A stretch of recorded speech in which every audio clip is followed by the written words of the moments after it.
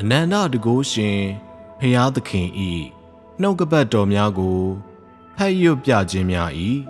စာညွန့်ပေါင်း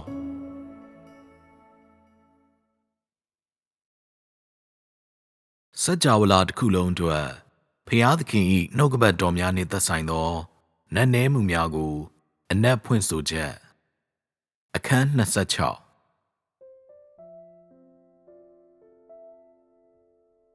ဖျားသခင်ပြောဆိုသည့်နှုတ်ကပတ်တော်များအလုံးမှဖျားသခင်၏နေ့ရက်သည်ကုန်လွန်နေသည့်နေ့ရက်အသီးသီးနှင့်အတူနီးကပ်လာသည်ကိုတွေ့နိုင်သည်ယင်းမှာဤနေ့ရက်သည်လူတို့၏မျက်စိရှိတတ်တဲ့တွင်ရှိသည့်အလားမနက်ဖြန်တွင်ရောက်ရှိမည်အလားဖြစ်သည်ထို့ကြောင့်ဖျားသခင်၏နှုတ်ကပတ်တော်များကိုဖတ်ရှုပြီးသည့်နောက်တွင်လူအလုံးတို့သည်ထိတ်လန့်ကြောက်ရွံ့သွားကြပြီးမိုးဖွဲဖွဲပါရှိလျက်လိန်ညင်းဖြင့်ကြွေသည့်သိရွက်များကဲ့သို့လောက၏အနိဋ္ဌာယုံတစိတ်တဒေသကိုလည်းခံစားကြရသည်လူတို့သည်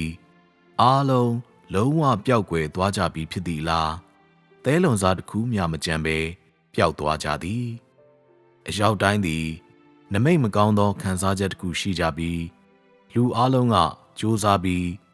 ဖျားသခင်၏အလိုတော်ကိုဖြည့်ဆည်းဖို့ဆန္ဒရှိကြကာဖျားသခင်၏အလိုတော်သည်ချောမွေ့စွာနှင့်အတားအဆီးမရှိရှေ့ဆက်နိုင်မှုအလို့ငါဖျားသခင်၏ရွယ်ချက်များကိုဖြည့်ဆည်းရန်လူအသီးသီးက၎င်းတို့အစွမ်းရှိသမျှအားလုံးကိုအသုံးပြုကြတော်လဲထို့သောသဘောထားတစ်ခုသည်စိတ်ထင်ခြင်းခံစားချက်တစ်ခုဖြင့်အမြဲရောနေ၏ယနေ့မိန့်မြွက်ချက်များကိုကြည်လော့ရှင်းတို့ကိုလူအုပ်များထံသို့ထုတ်ပြန်ပါကစัจ java လာတစ်ခုလုံးသို့ကြီးညာပါကငါသည်ကဘာမြေကြီးတစ်ခုလုံးကိုစောင့်ကြည့်မည်ဖြစ်ပြီးလောကကြီးအရှိအရက်တွင်ဖြောင့်မတ်ခြင်းဖုံးအာနုဘော်အမျက်တော်ပြစ်တင်ဆုံးမခြင်းတို့နှင့်ပေါ်လာလျက်လူသားမျိုးနွယ်အသင်ချေထံသို့ငါကိုငါထုတ်ဖော်ပြမည်ဟုသည့်နှုတ်ကပတ်တော်များထဲတွင်ဝိညာဉ်ရေးရာကိစ္စရပ်များကိုနားလည်သူအလုံးသည်ဖျားသခင်၏ပြစ်တင်ဆုံးမခြင်းမှမည်သူမျှမလွတ်မြောက်နိုင်သကဲ့သို့ပြစ်တင်ဆုံးမခြင်း၏ဆင်းရဲဒုက္ခကိုတွေ့ကြုံပြီးနောက်တွင်အလုံးသည်၎င်းတို့၏အမျိုးအစားလိုက်ခွဲခြားခံရလိမ့်မည်ဖြစ်သည်ကိုမြင်ကြသည့်အတွက်လူအလုံးသည်ဥညွတ်ခါငိုကြွေးကြပေမည်အမှန်ပင်ဤသည်မှာဖျားမှုတော်၏အစဉ်တစ်ခုဖြစ်ပြီးရှင်းကိုမြည်သူမျှမပြောင်းလဲနိုင်ပေဖျားသခင်သည်လောကကိုဖန်ဆင်းခဲ့ချိန်တွင်လူသားမျိုးနွယ်ကိုသူဥဆောင်လမ်းပြခဲ့ချိန်တွင်သူသည်သူ၏ဉာဏ်ပညာနှင့်အံ့ဩဖွယ်ဖြစ်ခြင်းတို့ကိုပြသခဲ့ပြီးဤခေတ်ကာလကိုအဆုံးသတ်သို့သူဆောင်ခြင်းသည့်အခါမှသာသူ၏စစ်မှန်သောဖြောင့်မတ်ခြင်းဖုံးအာနုဘော်ဒေါသအမျက်နှင့်ပြစ်တင်ဆုံးမခြင်းတို့ကိုလူတို့ရှုမြင်ကြပေလိမ့်မည်ထို့ပြင်သူ၏ဖြောင့်မတ်ခြင်းဖုံးအာနုဘော်နှင့်အမျက်ဒေါသတို့ကို၎င်းတို့မြင်နိုင်ကြသည်မှာပြစ်တင်ဆုံးမခြင်းမှတဆင့်သာဖြစ်သည်ဤသည်မှာနောက်ဆုံးသောကာလအတွင်းတွင်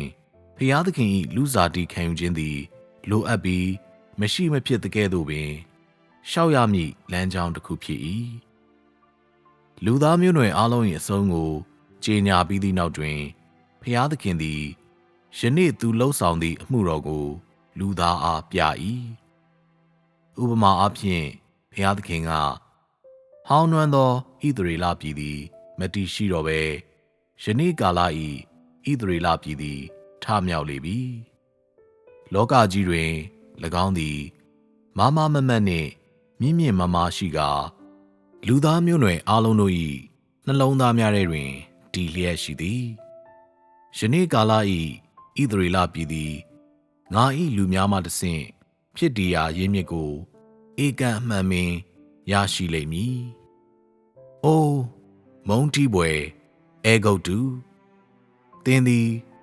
ငါ၏ပြစ်တင်ဆုံးမခြင်းအတွင်း၌မည်သို့ရှိမနေနိုင်သနည်းဟုပြော၏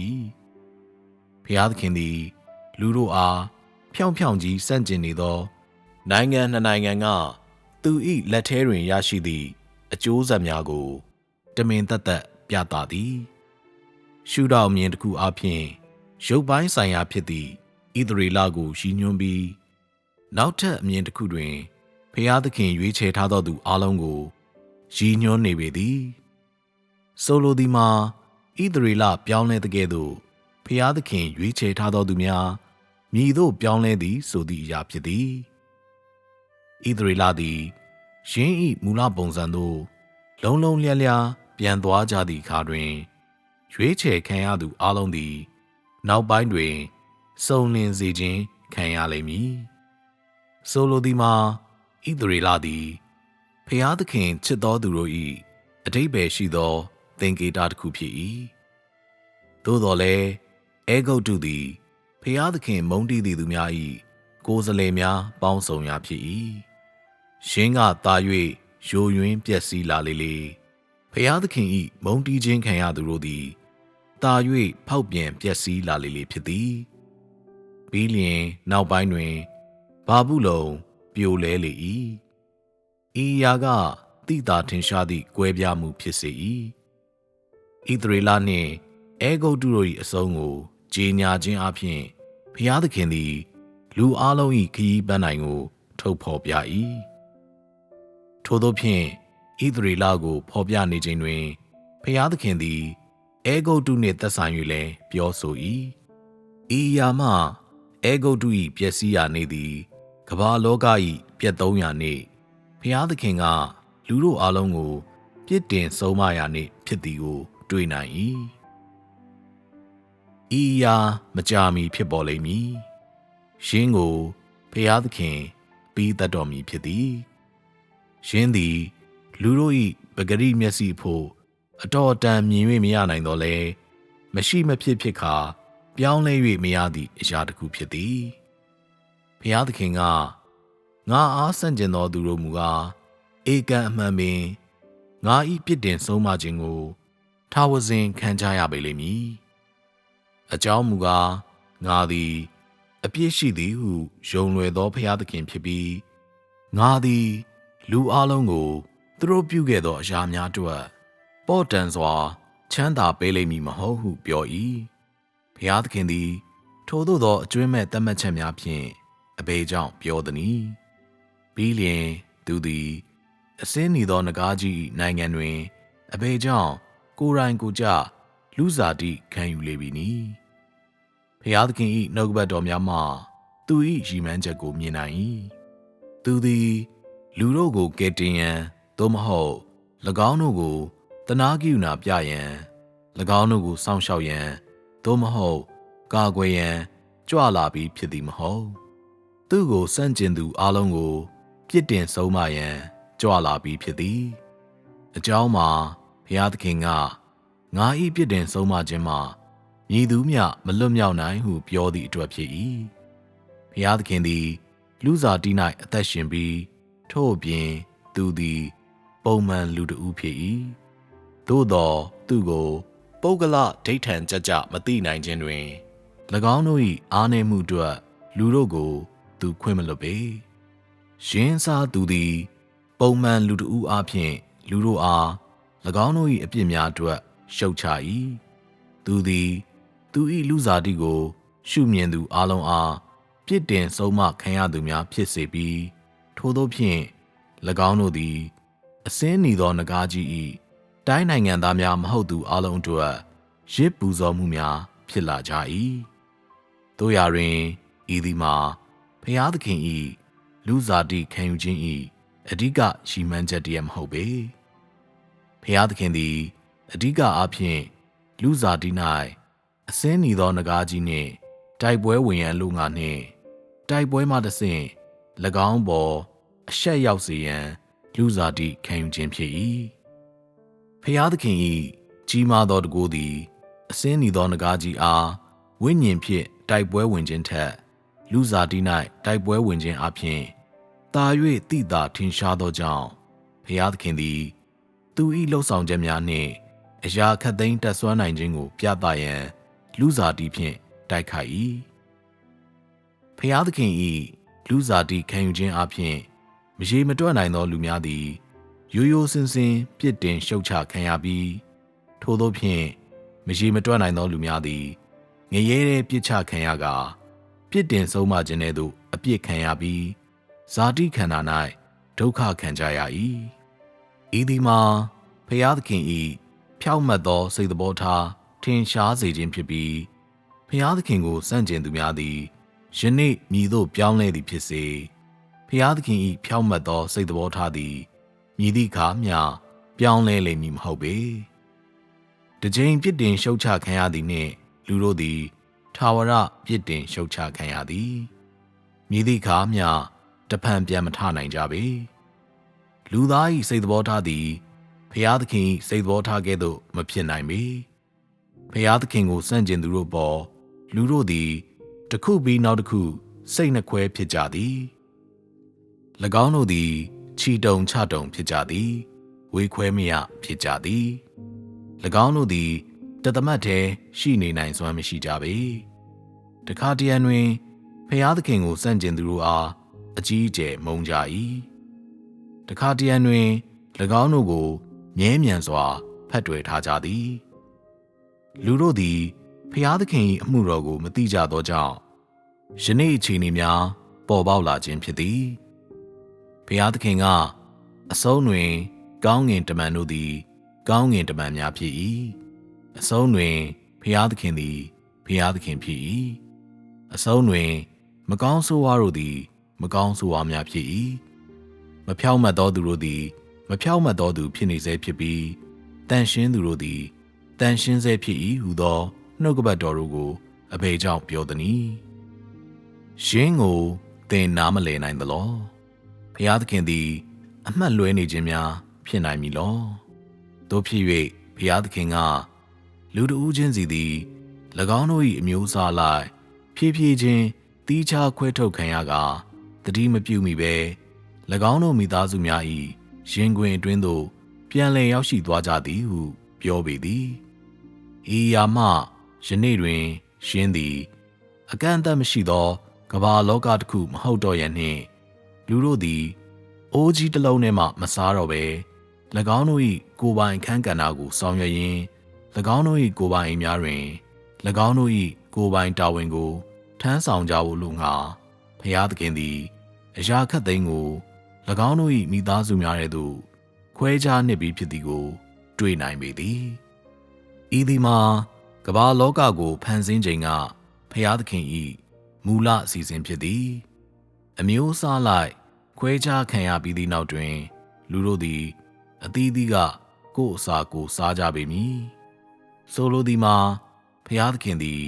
တရားစီရင်ခြင်းကိုစတင်မည်ဖြစ်သည်အကျိုးဆက်နေဖြင့်ဖျားသခင်နှုတ်မှဤစကားများထွက်လာသည်ငါသည်ဖန်ဆင်းခံလောက၏ယခင်အခြေအနေကိုပြန်လည်ဖြစ်ပေါ်စေမည်အရာခတ်သိမ်းသည်ငါအစီအစဉ်အလယ်သို့ပြန်လာကြစေရန်အရာခတ်သိမ်းကို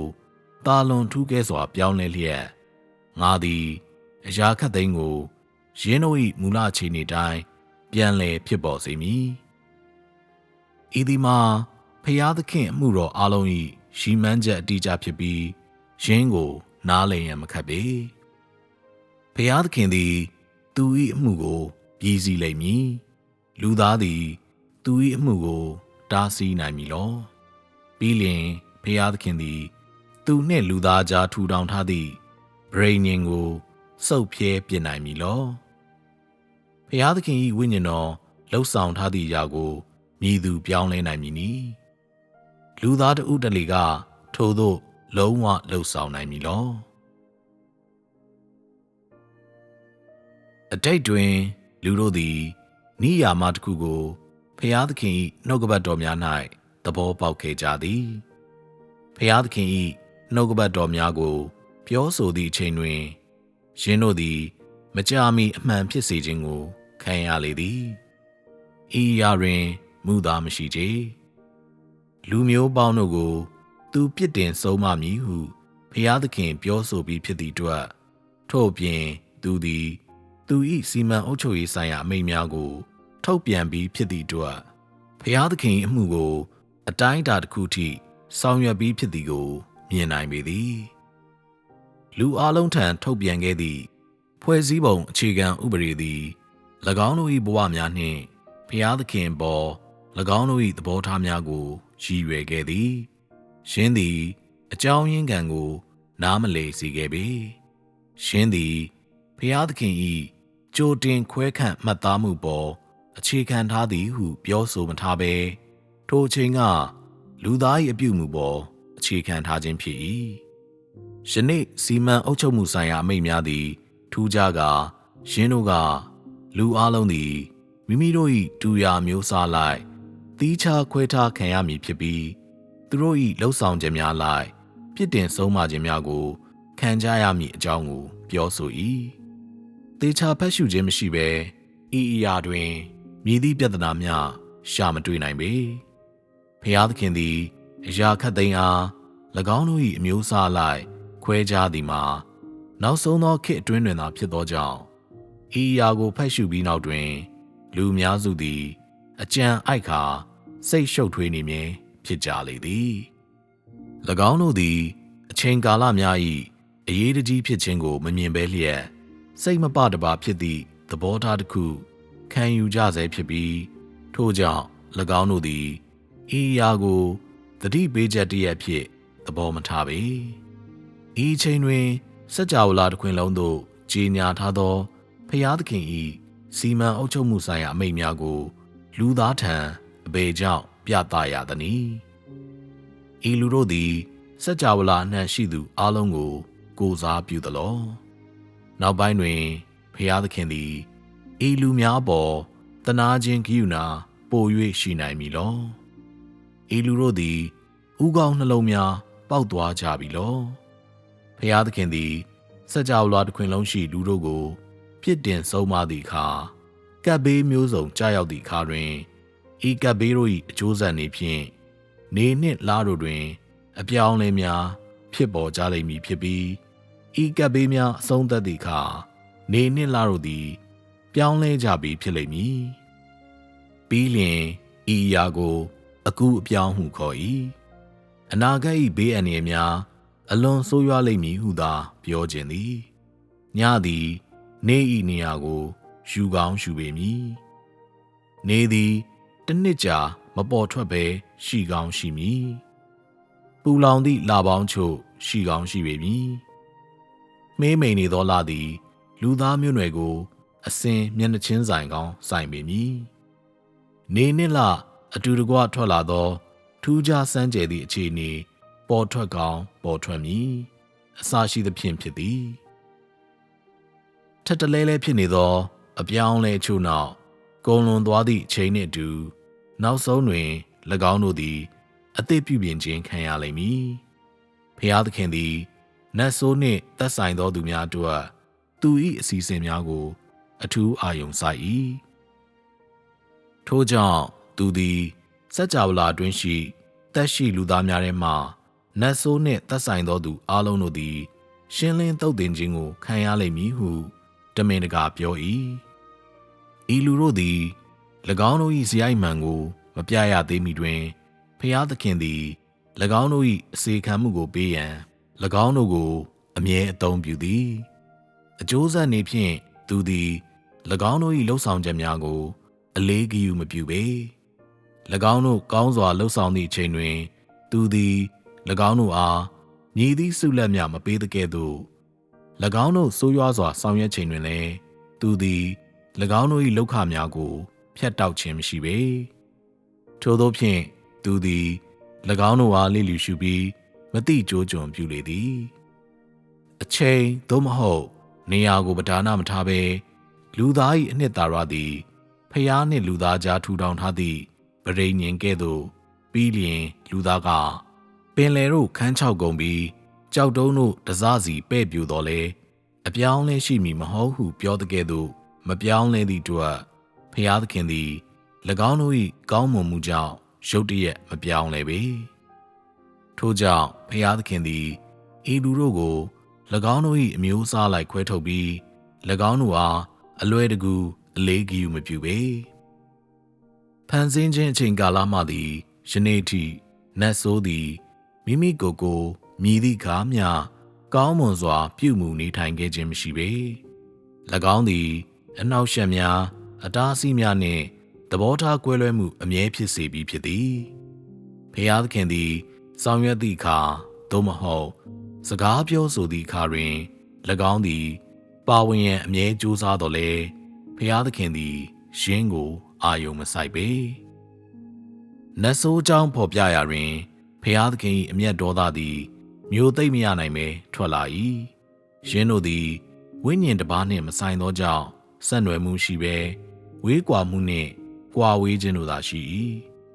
တစိမ့်9ချက်နှင့်ဆိုင်သည့်ထုတ်ဖော်ပြချက်နောက်တွင်ကမ္ဘာမြေကြီးအခြေအနေသည်အမြဲဆိုးရွားပြီးအရာအလုံးသည်နည်းနည်းမျှနောက်ကျန်ရခြင်းမရှိပဲတစိမ့်9ချက်နှင့်အတူပခုံးချင်းရှင်လျက်တိုးတက်ကြ၏ဖျားသခင်၏နှုတ်ကပတ်တော်များတစ်လျှောက်လုံးတွင်လူတို့သည်အံ့ဩတုန်လှုပ်သွားကြသကဲ့သို့ဖျားသခင်ကမြင်ရသည်သို့သော၎င်းတို့သည်လုံးဝအနိုးထားကြသေးပေ။တာ၍မြင့်သောအဆင့်သို့ရောက်ရန်လူအလုံး၏ခွန်အားကိုပေါက်ဖွားစေရန်နှင့်ထို့ပြင်ဖျားသခင်၏အမှုကိုယင်း၏အထွတ်ထိပ်၌အဆုံးသတ်ရန်ဖျားသခင်သည်လူတို့ကို၎င်းတို့၏ဝမ်းပိုက်များအားဖြည့်ပေးနေသည့်လားမေခွန်းတတိတသန်းမေးပြီးထို့သောဖြင့်လူအလုံးတို့ကိုသူဖြည့်တင်ပေ၏ဤလူတို့သည်စစ်မှန်သောဝိညာဉ်ရင့်ကျက်မှုမရှိသောကြောင့်တကယ့်အခြေအနေများပေါ်အခြေခံ၍ဖြည့်တင်းခြင်းခံရသူများသည်အဆင့်တန်းမီသောပစ္စည်းများဖြစ်ပြီးဖြည့်တင်းခြင်းမခံရသူများသည်အသုံးမကျသောအမှိုက်ဖြစ်၏ဤသည်မှာလူသားနှင့်သက်ဆိုင်သည့်ဖျားသခင်၏သတ်မှတ်ချက်ဖြစ်ပြီးသူစကားပြောသည့်ဤစနစ်၏ရည်မှန်းချက်ဖြစ်သည်အထူးသဖြင့်ဖျားသခင်ကဤသည်မှာငါသည်ကမ္ဘာမြေကြီးပေါ်၌ရှိစဉ်ကောင်းငင်ဘုံရှိငါနှင့်မတူခြင်းကြောင့်များပင်လောဤသည်မှာငါသည်ကောင်းငင်ဘုံ၌ရှိစဉ်ကမ္ဘာမြေကြီးသို့မစင်းကြွနိုင်ခြင်းကြောင့်လောဤသည်မှာငါသည်ကမ္ဘာမြေကြီးပေါ်၌ရှိစဉ်ကောင်းငင်ဘုံသို့ချီဆောင်ခြင်းမခံထိုက်သောကြောင့်လောဟုပြောသောအခါဤမေကွန်းများသည်လူသားကဖျားသခင်ကိုသိရှိနိုင်ဖို့ရှင်းလင်းသည့်လမ်းကြောင်းတစ်ခုဖြင့်အသုံးတော်ခံလေသည်ဖျားသခင်၏နှုတ်ကပတ်တော်များမှဖျားသခင်၏အရေးတကြီးဖြစ်နေသောလူကိုရှုမြင်ရ၏လူတို့သည်ယင်းကိုကြိုးပမ်းရရှိနိုင်စွမ်းမရှိကြသကဲ့သို့ဖျားသခင်သည်တတ်မှတ်ချက်များကိုထပ်တလဲလဲဖြည့်ကာထို့သောဖြင့်လူအလုံးအားကမ္ဘာမြေကြီးပေါ်တွင်ကောင်းငင်ဘုံရှိဖျားသခင်ကိုသိရန်နှင့်ကောင်းငင်ဘုံတွင်ရှိတော်လဲမြေကြီးပေါ်တွင်အသက်ရှင်သောဖျားသခင်ကိုသိရန်သတိပေးနေပေသည်ဖျားသခင်၏နှုတ်ကပတ်တော်များမှလူသား၏အခြေအနေများကိုမြင်နိုင်၏လူသားမျိုးနွယ်အလုံးသည်ငါ၏နှုတ်ကပတ်တော်များတွင်လုံးလစိုက်ထုတ်ကြသည်ငါ၏အပြစ်မှန်းသဏ္ဍာန်ကိုသူတို့ကိုယ်တိုင်စုံစမ်းစစ်ဆေးခြင်းများလှုပ်ဆောင်ကြ၏သို့တော်လည်း၎င်းတို့အားလုံးမအောင်မြင်ကြပေသူတို့၏လုံးလစိုက်ထုတ်မှုများသည်အကျိုးမခံစားရဘဲရင်းစား၎င်းတို့သည်ငါနှုတ်ကပတ်တော်များ၏ဒဏ်ခတ်ခြင်းကိုခံကြရပြီးနောက်တစ်ဖန်ပြန်၍ထရန်မဝင်ရဲကြပေဖျားသခင်၏ဝမ်းနည်းခြင်းကိုမြည်သူနားလည်နိုင်သနည်းဖျားသခင်၏နှလုံးသားကိုမြည်သူနှစ်သိမ့်နိုင်သနည်းဖျားသခင်တောင်းဆိုသည့်အရာ၌မြည်သူသည်ဖျားသခင်နှင့်စိတ်နှလုံးနှင့်ညီညွတ်သနည်းလူတို့သည်မြည်သည့်အကျိုးတရားမျှမဖြစ်ထွန်းကြသည့်အခါတွင်၎င်းတို့သည်မိမိတို့ကိုယ်ညှင်းပယ်ကြပြီးဖျားသခင်၏စီစဉ်ညွှန်ကြားချက်များကိုအမှန်တကယ်ကျိုးနွံနာခံကြသည်တဖြည်းဖြည်းနှင့်၎င်းတို့၏စစ်မှန်သောနှလုံးသားကို၎င်းတို့ပြကြသည်နှင့်အမျှအသီးသီးသည်၎င်းတို့၏အမျိုးအစားလိုက်ခွဲခြားခံရပြီးထို့သောဖြင့်ကောင်းငင်တမန်တို့၏အနှစ်သာရသည်ဖျားသခင်ကိုနာခံခြင်းတသက်ဖြစ်သည်ကိုတွေ့ရပေသည်ထို့ကြောင့်ဖျားသခင်ကလူသားမျိုးနွယ်သည်၎င်း၏မူလပုံစံတိုင်းဖော်ထုတ်ခံရသည်ဟုပြောခြင်းဖြစ်၏ဖျားသခင်၏အမှုသည်ဤအဆင့်သို့ရောက်ရှိခြင်းတွင်ထိုအရာအလုံးပြီးစီးပြီးဖြစ်လိမ့်မည်ဖျားသခင်သည်သူ၏သားများနှင့်လူတို့အတွက်သူ၏စံနမူနာတရက်ဖြစ်ခြင်းနှင့်သက်ဆိုင်၍ မည်သည့်အရာမျှမပြောဘဲရင်းအစားလူအလုံးအား၎င်းတို့၏မူလပုံသဏ္ဍာန်ကိုပြသစေခြင်းအပေါ်သာအာယုံစိုက်ရန်ပေါ်ထွန်းမိသည်